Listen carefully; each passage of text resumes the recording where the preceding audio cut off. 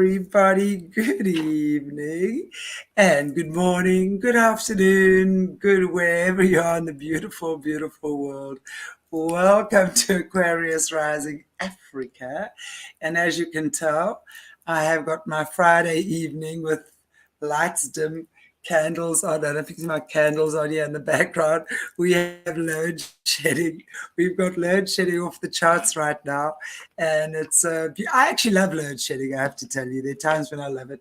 And there are times, of course, where it's very irritating. But one learns to adapt. And it's just actually a beautiful time of quiet, no background noise, no refrigerator in the background, no anything going on in the distance. It's just actually beautiful. So I'm very happy to have with me again today the beautiful Carmen Studer. Hello, beautiful. How are you? So happy to have you back. I know. Thank you. Chantelle and I have a little war going on in the background. We always are going to get together once a month, but neither one of us wants to decide what we're going to talk about. So we were like supposed to do this last week, but neither one of us came up with anything. Yes, exactly. So, but yeah, we are the perfect day, right? So absolutely. Well, it was so funny. So what happened was the whole Balenciaga thing blew up, right? And first of all, I want to say I am really proud of the public because they have educated themselves and people were finding stuff that I was like, wow, these are not, your normal diggers. These are like people that are just out on the internet noticing things. And so I was thrilled with their ability to comment on it. But what it did was it made me kind of just focused in on witches, right? I was just like, this is like sorcery. This is horrible witchcraft, I think. And everybody gave me shit for it, excuse my language. But they were like, why are you saying witches? It's just people that are, doing certain things or whatever. And so I started looking up what witches were. And that led me to this book that was the most renowned kind of witch hunt manual ever. And it was popular for 300 years. It was the go-to manual for witchcraft, which is wild to me. And then also, I get where people are coming from because women have been accused of being witches forever, right? And so there's that piece of me that grew up with, the Salem witch hunt was really them just killing women who had opinions or women that wouldn't do what men wanted them to do.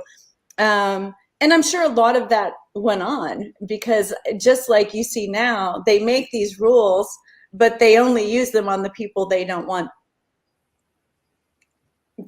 advancing themselves, whatever the word is. I couldn't think of it. And so when I came across this book, I was like, what in the heck? So it's the Malleus Maleficarum. Yeah, Malleus Maleficarum. Yeah, that's how it's the Malleus Maleficarum. It sounds like that Harry Potter character, doesn't it? that's what was his name? Malleus, I think, right? And then same with Maleficent. Yes, absolutely. Look at that, Maleficent as well. And it's funny because I had told you that it was called the Hammer of the Witches, but it's also called the Hammer Against the Witches and the Hammer to Smash the Witches. So there's the people fight over the actual translation. So I thought that was really interesting. And then once you start doing a deep dive, Chantelle, the guy that translated it on a whim, I'm just like, I wonder who he was. Oh my gosh, he's such a character. He's almost such a character, like he'd be worth like doing a show on sometime too, because his name is Montague Summers. And guess who wanted to meet him after all of the books he wrote? Aleister Crowley. Wow. Yes. Apparently, Aleister Crowley was obsessed with his book called Vampires of Kith and Kin. And so I was just like, this is just like this huge, like once you open it up, it just became, and it's wild how all the same people seem to come across each other, right? But is there screen sharing on here? Because I've never done it because I would love to show you guys a picture of him. But You can. maybe You can definitely share. I think there where it says present, just press on present. You can share there from your side. Okay, share screen. Share screen. Wow. Is it doing it? No, I can't see anything yet. Allow StreamYard. Allow. Okay. Oh, it's blocked. Why is it blocked? I don't know. But actually, if Morné's still on, if he were to, or you, I could email it to you or text it to you. Yeah. You got to see the picture of him because it's kind of like the guy that Jesse told us about with the eyebrows that are. Aquino. Yes, this guy has such a unique look, and he's such a character that apparently it wasn't an in style, hairstyle. Well, anyway, anyone can look up Montague Summers and see if you can find his picture. He's a trip. And then he also apparently wore whatever he wanted to wear, and he was obsessed with anything supernatural, whether it be the miraculous or the demonic. And he wrote something like 50 books on vampires, werewolves. He's probably one of the more prolific ones. I can't believe I've never heard of him. Wow, absolutely. Yeah, so it's kind of an interesting little segue to in it, people said he was gay, and he was also an ordained priest, and then he became a bishop. And on his tombstone, it said, "Tell me strange things." I can totally identify with that. I have to tell you, he's a little bit your old brother on that one. Yeah, wow, that's incredible. Yeah, and so anyone that wants to know about this, there's an incredible translation by Montague, and it was written in 1928, and it is you can find it on the internet. Just Google Malleus Maleficarum. I always say it wrong. And then put in sacred text next to it, and you'll find the whole PDF. I don't know if that's how you did it or not. And so, basically what this guy did is he translated what was done by two guys, Heinrich Kramer and, I forgot the other guy's name, but they were both Dominican friars who ended up getting a papal bull to go after these witches. They had papal permission. And at first it was just going on in England, but then Rome got into it. And it's like you said, it was truly a witch hunt. It started out. It wasn't just it was then the Catholic as well as the Protestant churches that then supported these witch hunts, or the heretics. So obviously the heretics would be those that go against what the indoctrination of authority, right? So would definitely be up in flames for being a heretic, for starters, and no doubt for being a witch as well. But then, of course, the witches, and then that was interesting to me, because then both those churches, or those church heads, were then basically on these witch hunts for these people that they deemed witches and the heretics. And that was strong in the 15th and the 16th century then, right? Yeah. I mean, it kind of blew my mind, to be honest, because the stories, I don't know how many of them you got into, but they literally replicate now. Yes, absolutely. The way that they're treating children, the way that they prey upon people, the way that they operate in covens, the way, and really and truly, I believe that, at least in America, the history books have watered this whole thing down. The history books have made it like, they were just progressive women, they were herbalists, they were midwives. And I believe a lot of that was true too. It's just like now they go into the churches, they infiltrate places where they know they'll be effective. And so it's wild to me that truly, just like it says in the Bible, there's nothing new under the sun. It exactly the same thing. It's exactly, I mean, I was going to say that because it's like what we're looking at there or looking at now, it's exactly the same as that type of the witch hunts then, because at the end of the day, if you went against authority or any type of indoctrination that was mandated, you were considered a heretic. And if you didn't like but women that were making herbs, like taking plants and making medicines from that were considered witches. Yep. Anything you did, I mean, I would have been up in flames a million times over, for sure. For my beliefs and what I do. So, at the end of the day, it really brings into question for me, because you and I both know the shit show that is happening on our platforms, or not our platforms, but in our communities and in the whatever it is. I don't even want to call it the truth of, because it's so far from that. Right. And let's call it the exposing, the exposure movement. We can call it the exposure movement. So I think that's actually a better word, because honestly, you might be exposing a lie. Exactly. That's what I'm saying. So it's like Aquarius rising, and this is what I want to say to people as well, by the way. If you look at our what do you call it? The little word slogan. Oh. It's shining light on evolving times. That's what our slogan is. That's perfect. These are evolving times, and we shine light. So whether people are in light or they are of the lie, we're shining light on that. So wherever light is shone, anything that is not truth is going to be exposed. So, that's the way I see things as well. And this is really the times that we're in.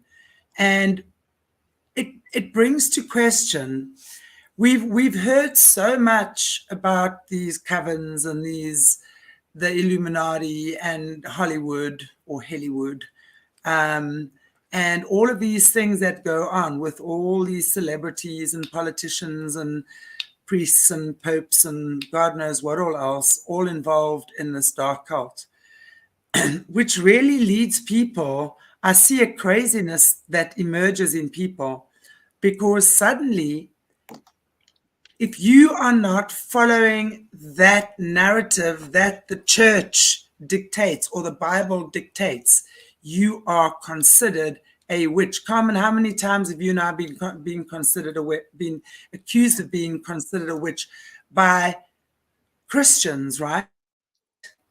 I have a theory, and I believe that very strongly. I believe the church is the infiltrator. Yes. It is not being infiltrated. Probably. The church infiltrates people. It creates this bullshit place where it lies to you a lot of the time about what's going on and what's the truth and what's not. It's always someone else's indoctrination or something that we're following at the end of the day. We know what happens in these churches, especially the Catholic Church.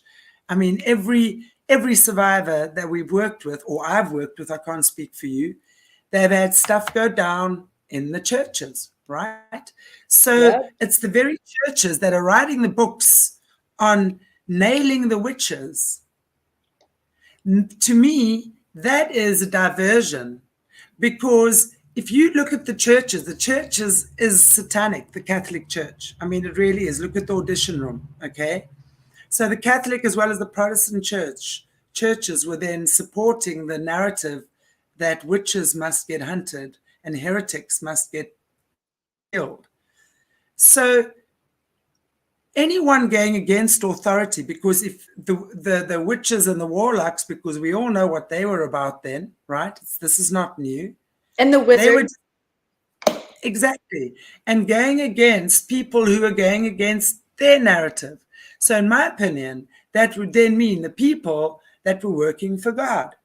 those were considered witches and wizards or warlocks at the time, because if you look at the churches, they're full of shit.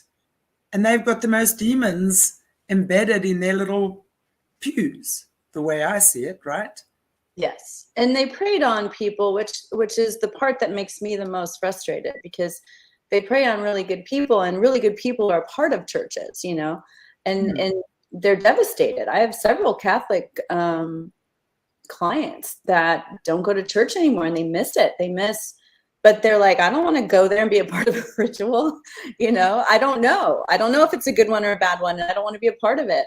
And so it's interesting too, because one of the things that when I looked up what the actual etymology is for the word witch, one of the things, and I was just looking for that, so sorry I wasn't, you know, watching you more closely. I was listening though. I couldn't get my photos to come up, but I finally got it, because I thought this was really interesting, because the fulcrum point of this sentence is around the word cooperation. And so it says, a woman supposed to have dealings with the devil or evil spirits to be able, by their cooperation, to perform supernatural acts.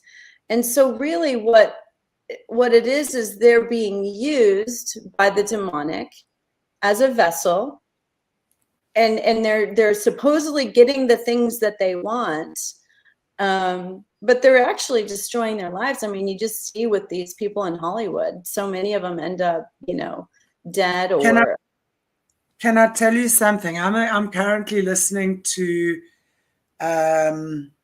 biography of an African woman who was Africa's top witch in East Africa from the age of 2. And I'm going to, I don't want to give too much right now, because I'm actually going to be doing a lot more on this particular person. We are trying to get on to the show.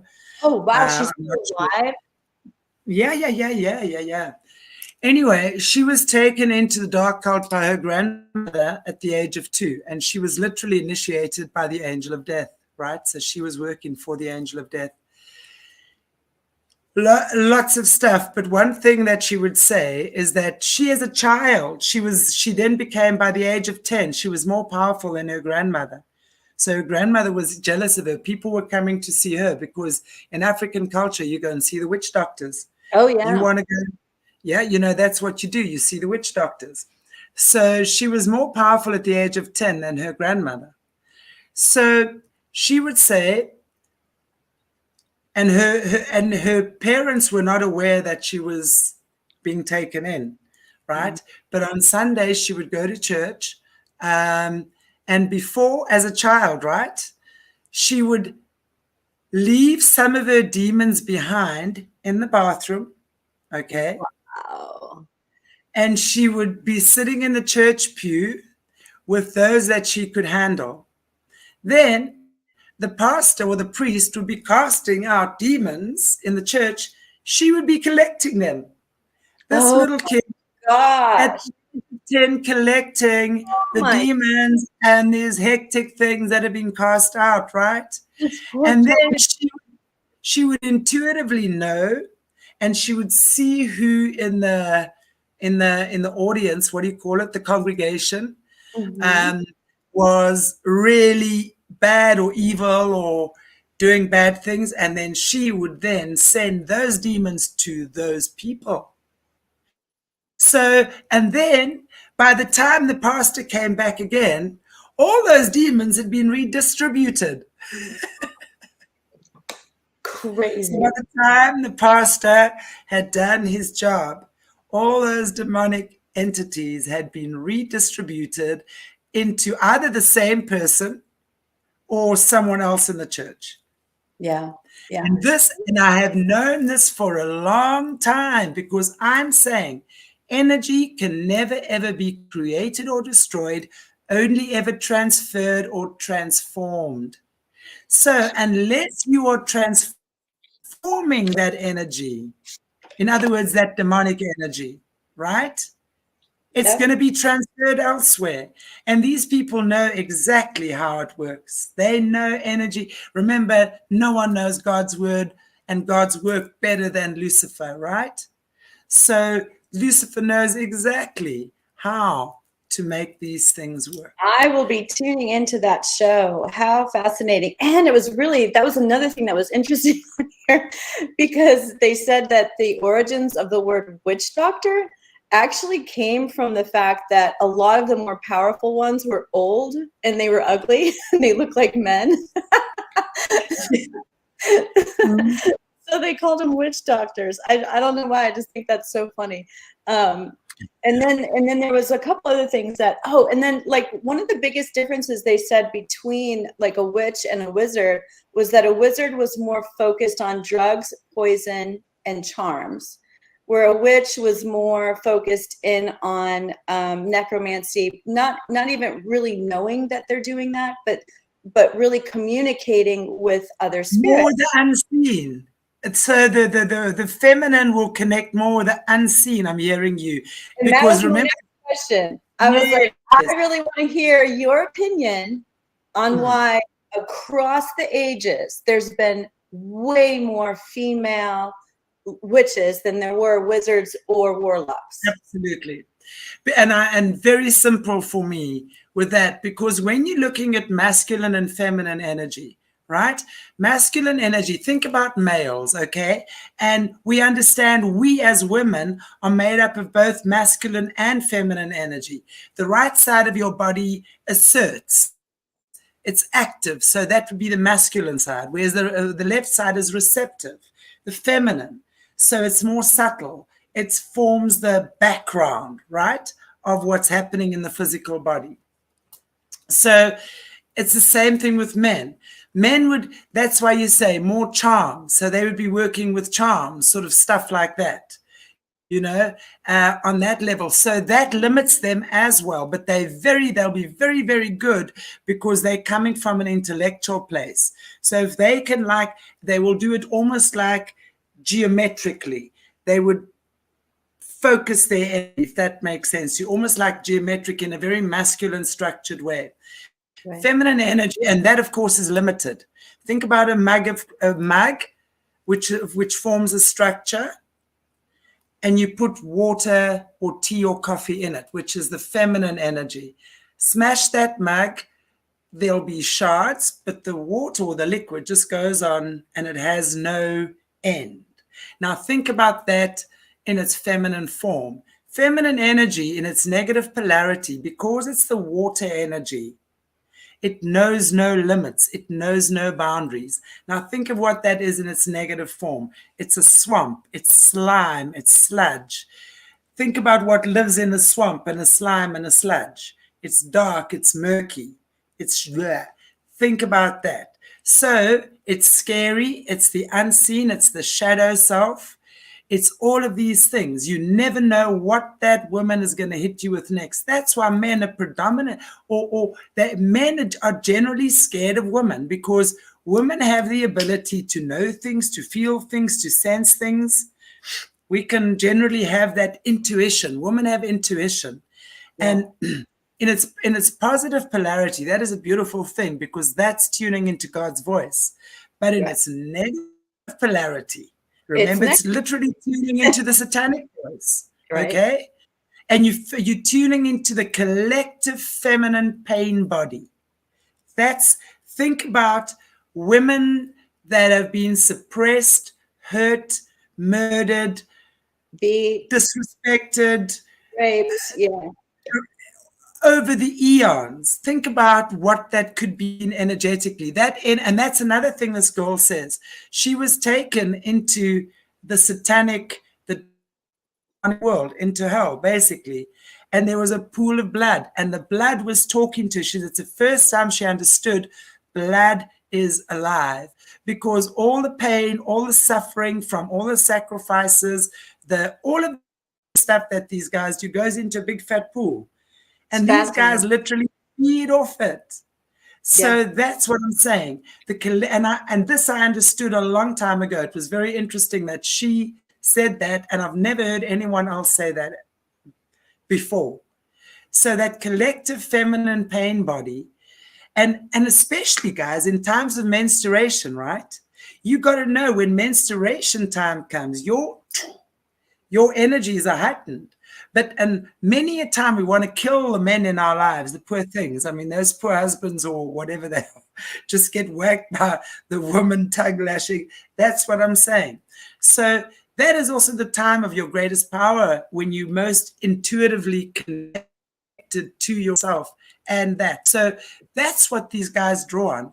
They draw on the collective feminine pain body, which is boundless, endless. It knows no limits. And because it's blood, think menstruation as well. How many women hate menstruating? Think giving birth. It's a blood. It's painful. Anything like that. You see, that's what these guys are wanting. It's blood. And that was very, very interesting what this woman was saying about blood. She said she was standing there with a pool of blood. It was talking. It was crying. It was screaming. She knew immediately what it was. And that was the suffering, the sacrifices. And that's what these guys, that's their loosh. It's what they feed off. And that's what the feminine energy, that's the energy the witches make use of. It's pain. Every bit of witchcraft is the intent. You see, in life, I always say to people, when you're in a tough situation, what is your intention? Mm-hmm. Of course, and I always say, God, my intention is for my highest good and the highest good of all, and for those involved. Yep. Someone's always going to get hurt in a situation if you've got to end a relationship or a marriage or move. Yes, but you're not doing it with the intention of killing that person or ripping their heart out. You can't be responsible for others' emotions, right? But you can be responsible in the way that you deliver yourself, what your intention is. So every step of the way, you've got to think about what your intention is. Is your intention to harm, or is it to create or give life or be kind or coming from a place of love? Yeah. And then when you have that, you see, decision is the most important thing. You've got to decide that first. You can't be fence sitting, because if you fence it, you're going to get nowhere. You've got to decide, what is my intention, this or that. And when I've understood what my intention is, then I'm guided either by the light or I'm sucked in by the dark, and then I get told to be revengeful. It doesn't have to be sacrificing babies or whatever. I can take revenge on my friend, or I can steal her boyfriend away, or sleep with my friend's husband, or whatever the case, to get it, whatever. Yeah. You think about that. You see that is making use of witchcraft. And that's what witchcraft is. It's understanding. It's not saying voodoo, voodoo, voodoo. Yes, that involves that, absolutely. Or could. It doesn't have to. Yeah. Exactly. But it's the intention that the person has that decides, is it for the good or is it for the bad? Yeah. So if you are going to hurt someone, and you might not be an evil person. You might never have done a sacrifice in your life. But just the fact that you are choosing revenge instead of reconciliation means you are engaging in witchcraft. That's what it is. That's what I'm saying. It's all energy related. It's got nothing to do, or very little to do, with how many circles you make around how many candles with how many colors. Yes. So, you know what I'm saying? No, absolutely. It's your intention. It's your intention every step of the way.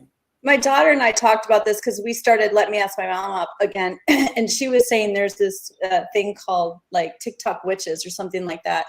And one of the things I really want to share, because I thought about it a lot after she said it, it made me very sad, because I think these young girls are getting the impression And I will debate anybody on this based on what I know so far. So I could be wrong.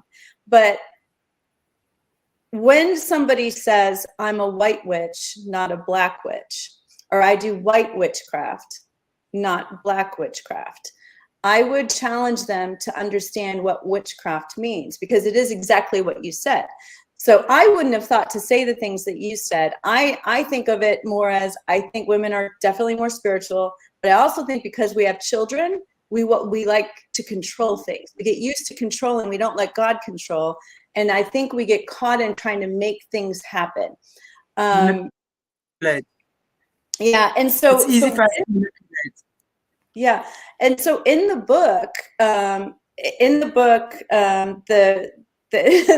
hammer that smashes the witches, or whatever it's called, they were saying that there were 3 things necessary, which is basically what you were saying. 1 was the intent, 2 was the devil's help, and 3 is God's permission. Because see, if God doesn't allow it, if God doesn't allow the devil to win that, it won't matter how hard that witch is working. Exactly.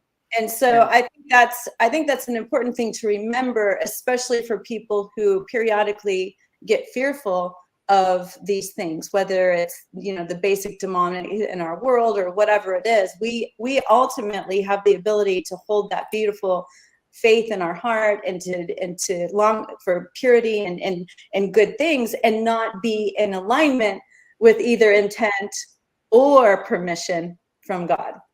And so I thought that was really interesting. The other thing that I thought was really interesting for younger people that, you know, are really into being a Wiccan or whatever it is, you know, they're looking at it from, they're growing into it, right?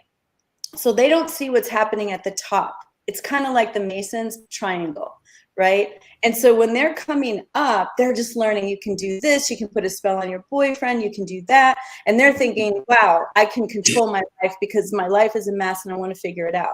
What they don't understand is that it was created by a Mason, and that Mason took the first 3 degrees and injected it into witchcraft, Wicca. And when they're going through this process, they're being vetted.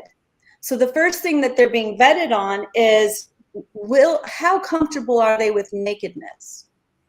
They want to see these girls get comfortable with being naked or being around people that are naked.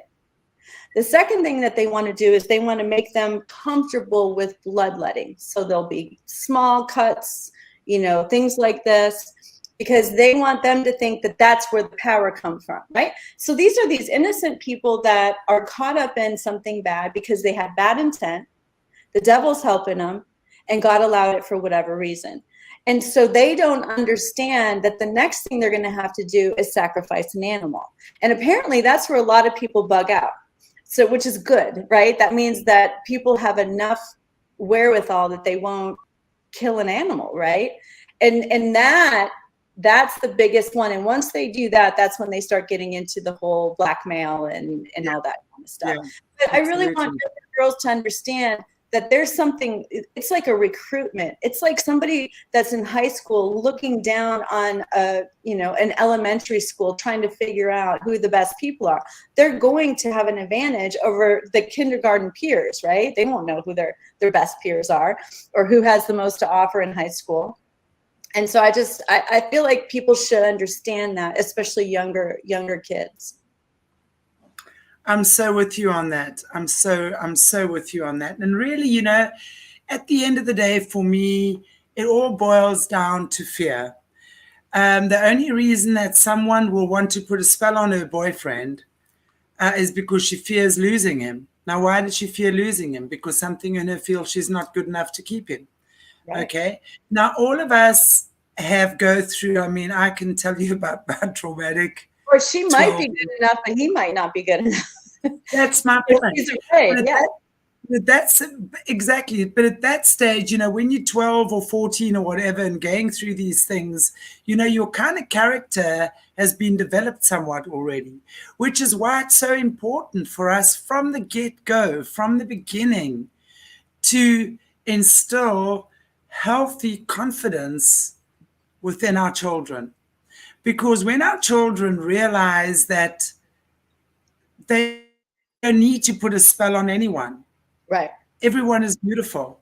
Everyone has their power or their gifts rather, you know, and you know, your gifts are designed to share with the world. So what can you share and what is everyone else sharing? Other than your And naked body and your blood. that's exactly the point.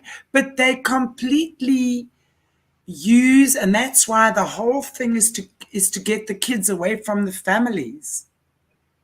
You know, I mean, I was watching some shorts and stuff, and there was this teacher sitting in front of with a class with these little kids and these masks on, singing about how healthy it is to wear a mask and how safe they're keeping, and these kids are just sitting there, and they're not even singing.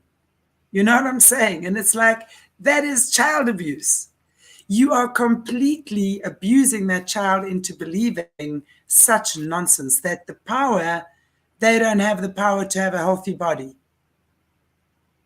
That's what they're instilling. So already that's where the whole medical side comes in, because immediately now the illness and the pills and the coughs and the colds and the injections and the dependency on that is created, right? So at the end of the day, society creates a dependency on everything else. Our vanity as women. Look at the makeup industry. Absolutely. Cosmetics. And fashion. And surgery. Why do you think there's so many witches in places like Balenciaga? And why do you think they can sell as much as what they do? Because of the female vanity and her insecurity. Why are people even looking at Kim Kardashian, who is a sculpted human? She's been sculpted out with a knife. And we aspire to look like that? I don't. You know, as you can tell. So many people, unfortunately, seem to. Yeah. Gosh, that's what I'm saying. Yeah, 30-year-old people putting lip injections. It's wild to me. Or getting rid of their Botox, doing Botox. I won't even do it at this age. Like, I can't even imagine. No, I can't imagine putting a needle in my face, in my eyes, whatever. I like my wrinkles, thank you. And so I've laughed a lot in life. I've cried a lot. Yeah, don't you think that's part of witchcraft too, though? That the whole industry, the whole beauty industry. Totally. Yeah. Totally. It's a practice of That's devil why I for say. sure. You look at the whole this whole, that's why I'm so happy about this whole Balenciaga thing that has blown open, because now you're seeing Nicole Kidman. I mean, Nicole Kidman is the daughter of Anthony Kidman, who is one of Australia's top perpetrators. He has been named by several whistleblowers in Australia to be the main abuser. It has been said by people I deal with in Australia that she was transitioned by him in the womb. She's actually a male, transitioned in the womb by her own father, which is why she could not have children. On the outside, she looks like a beautiful woman, but on the inside, no. So these are the people now, and she's been so brainwashed and so mutated that she is now one of Australia's top female witches. Ooh, my load shedding and my laptop, I hope, is not going to die very soon. But everyone, thank you. We'll be back again. But what I'm saying is, it's just showing who the players are. And that's what, as you were saying right in the beginning, so many people have woken up and seeing what's going on. Let's not be fooled by Kanye either, in my opinion. I mean, he was also walking for Balenciaga, right? He was one of those models strutting in that Death Valley scene that I just wanted to... It was disgusting. It was so dark. It was so dark. But yeah. And so the book is amazing. I haven't read all of it. I've read up through section 2 and scanned section 3 or part 3. But just so everybody knows, I think that your audience will love this book. it really truly was the go-to witch hunt book. But all of the stories are based off of supposedly true stories, which make them even more interesting. You know, they're explaining it all. But how he broke the book down was into 3 parts. And the first part of the book was all about proving there are witches, which is really kind of how I ended up finding this book after the whole Balenciaga thing blew up and I got attacked for using the word witches because everybody's like, that's not a witch, you know, whatever. And so what he was saying in part 1 was basically, it is heresy to not believe that evil exists and there are pacts being made with the devil and that there is witchcraft and wizardry and, you know, all of these things, werewolves, vampires. He covers it all. And then the second part, which I think was so far my favorite part, which was why they did things and how they did them, how the witches recruited back then, which is so fascinating because it goes back to what I was saying about the young girls now. Typically, they would go after people who've had grievous losses, people who can't get their boyfriend, people who are having horrifying marriages, people who are very wary of the temporal, people who are sad and in great poverty, and basically came to him and said, we can help you get what you want. It's the same, it's the same exact recruitment that they're doing today. They're going after the weak. And then after they get to the week, then they go, how high is your faith? How high is your fear level? If your fear level's high, we've got you. And it really is kind of an unfair advantage because they go after the children and the children don't have, like I was saying, the young Wiccans are coming up. They don't have the capacity to look down on it the way we can. And I had a girl who kind of debated me and I'm like, she's 17 years old. I'm not going to crush her and go, okay, well, I know more than you do. I just listened to her, and I just gently shared some things with her. But when you think about the guy that started Wicca being a 33rd degree Mason, like, I mean, come on, it sounds like a recruitment center. It sounds like a little college to bring up the little witches. And then the third part, which I haven't gotten to, is practical advice to judge and to convict, and how to protect yourself while you're judging and convicting the witches. Like, one thing that I did scan and find was that apparently he was telling them, if you're going to be a judge, you will be protected. You have to have salt around, all these wild things, but that they would make the witches walk into the courtroom backwards because they knew that with their eyes, they could put a spell on the judge. Yeah. Wow. So I do believe there was a mixture of real witches and then with them trying to control. Do you know the number one thing that men were upset about back in the day was, I guess, that they couldn't get erections or something? That was like a thing that they were putting on them. And it's wild to me because one of the biggest fears they covered is how to not have your pecker removed.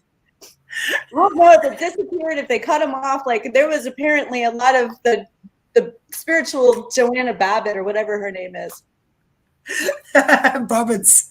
But you know what? It makes sense because you can see where if somebody wasn't sexually on it back before Viagra or before they could do things to help men, you could see where they would make it the woman's fault if they weren't mature in who they are, right? Absolutely. And then she's accused of being a witch because now you can't. Wow, makes perfect sense. Yeah. And maybe that's also how, but that's probably also how then, because the witches would have then realized, ooh, that's their weak spot. We'll just put spells on them just to make everything good. Funny because my favorite story that I've read in section or part 2 is about a count who had a mistress, but he didn't marry her. He married someone else. And he was just crazy in love with this woman, but he literally could not have sex with her. Like, every time they tried, it wouldn't work. It had been 3 years into the marriage and there's no children. and he had gone on some business. He was a count and he was going somewhere, and he runs into the mistress, and the mistress starts saying, you know, how are you? I'm great. How's everything going? And he's like, everything is wonderful. Thank you so much. And she goes, well, do you have children? And he's like, yes, I have 3 children. He lied to her. I don't know why. And apparently she went crazy. Like, I am so mad at that witch. We put a pot in your well and it had all kinds of stuff, and all the water you were drinking is going past this thing. And crazy story. Wow. And sure enough, supposedly, according to this account, he went to his well, and in the well was a pot, and in the pot there was a whole bunch of different witchcraft items. Also, her boyfriend wouldn't have. I mean, honestly, maybe that's the whole reason that girls get into witchcraft, is to control boys. I don't know. Crazy. Yeah. For power, because they feel that they've lost their power in society because of the domination. So they will get back in other ways. Definitely makes a lot of sense. That female backlash is vicious. She can be very vicious. Wow. That's incredible. Don't mess with somebody that makes a pact with the devil, no matter how cute they are. I mean, when I heard about the Wiccan thing, about how it starts with the nudity and it goes to the blood and then it goes to animal sacrifice, it just made so much sense. You know, it's so organized.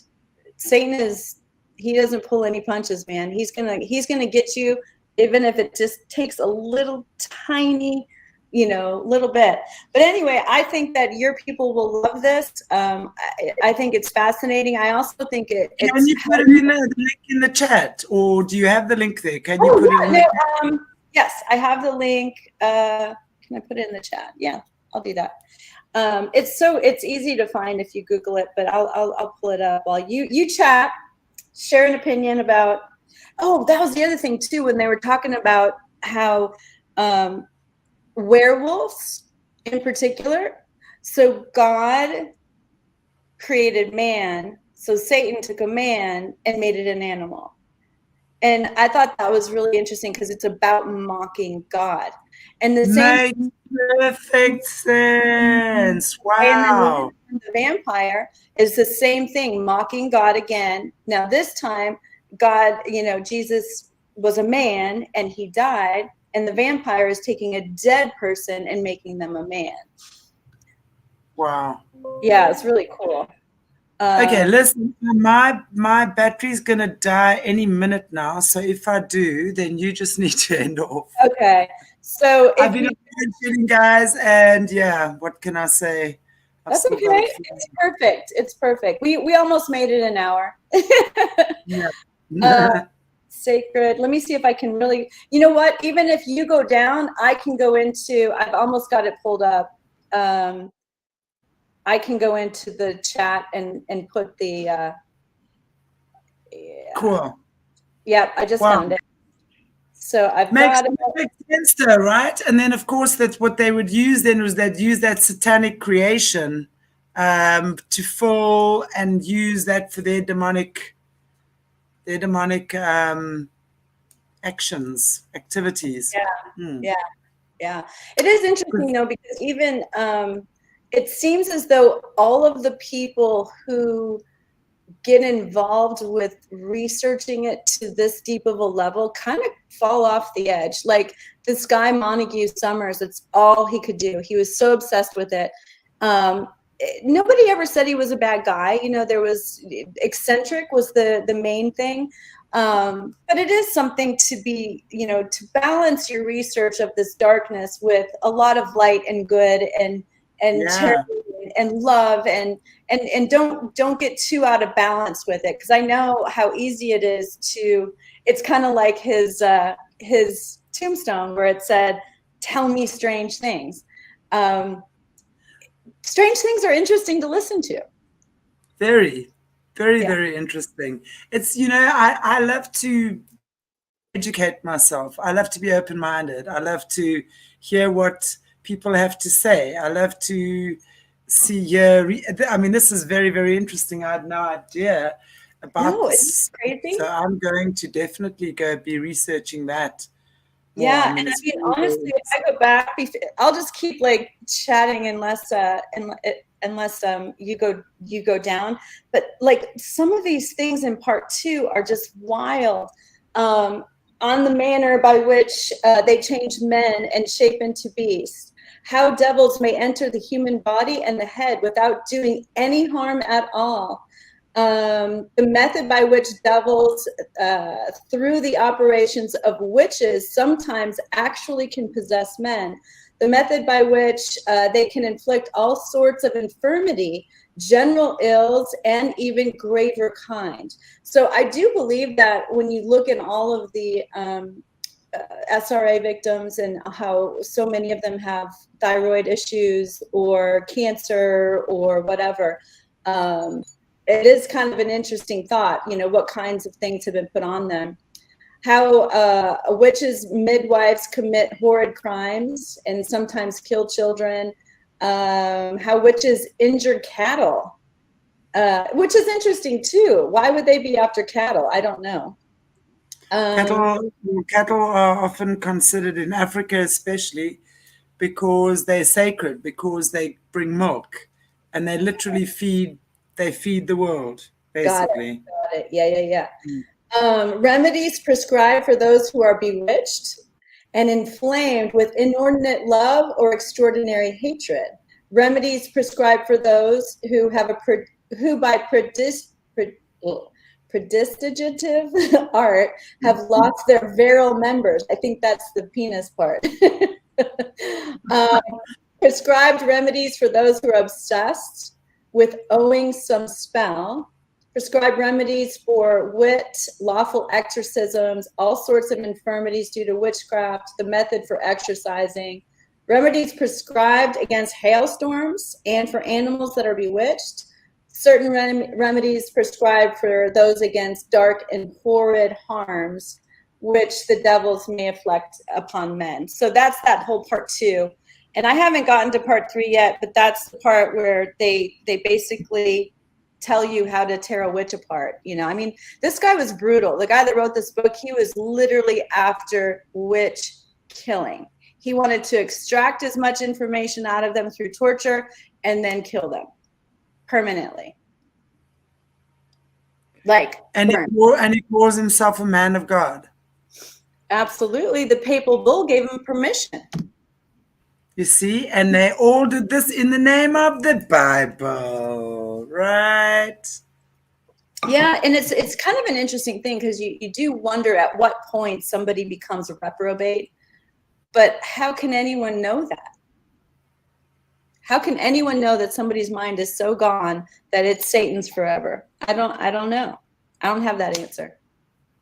Yeah. I wouldn't risk my eternity on it. Exactly. It's crazy because, as you say, you know, you don't know another person's mind. You don't know what their thoughts or their capabilities are. Yeah. And that's why you just have to trust in your own God light, basically, because when you have that can't touch you. Woohoo! And that's why I think things like the Balenciaga got under my skin so much, and why I wanted to, I wanted to know who were the designers. I wanted to know who were the creative directors, who were the photographers, who were the people that set these things up. And if you look, it just was a horrible rabbit hole. And it is to me witchcraft. And so that's where I just was trying to get to the root and share. And that's how I ended up finding this book. It's so crazy how things happen. Well, I love that you did. I love that you're a little nerd when it comes to stuff like this. I know, you usually have me on Solutions Channel. Well, I thought today I thought this topic definitely had to be an Aquarius rising one. But is there more that maybe in our next show we can go on to part 3 or something. I don't really want to. And I think this Summer Montague guy, I mean, the whole fact class with Aleister Crowley and stuff, it's It is wild. And Yeah, two, I mean, the whole, I mean, there's so much. I have so many more notes here that we didn't get to. I can't even tell you. So, okay. Well, then, yeah, this was we very can, rich. And it'll be great because then people will have time to do, you know, read the text and do see some what they research. think. And then the chat will be so much more fun because people will have opinions that we hadn't thought of. That is a fantastic idea. Okay, guys. So what we're going to say is, if you've enjoyed this chat, Carmen has put a link there again. Let me just find it here.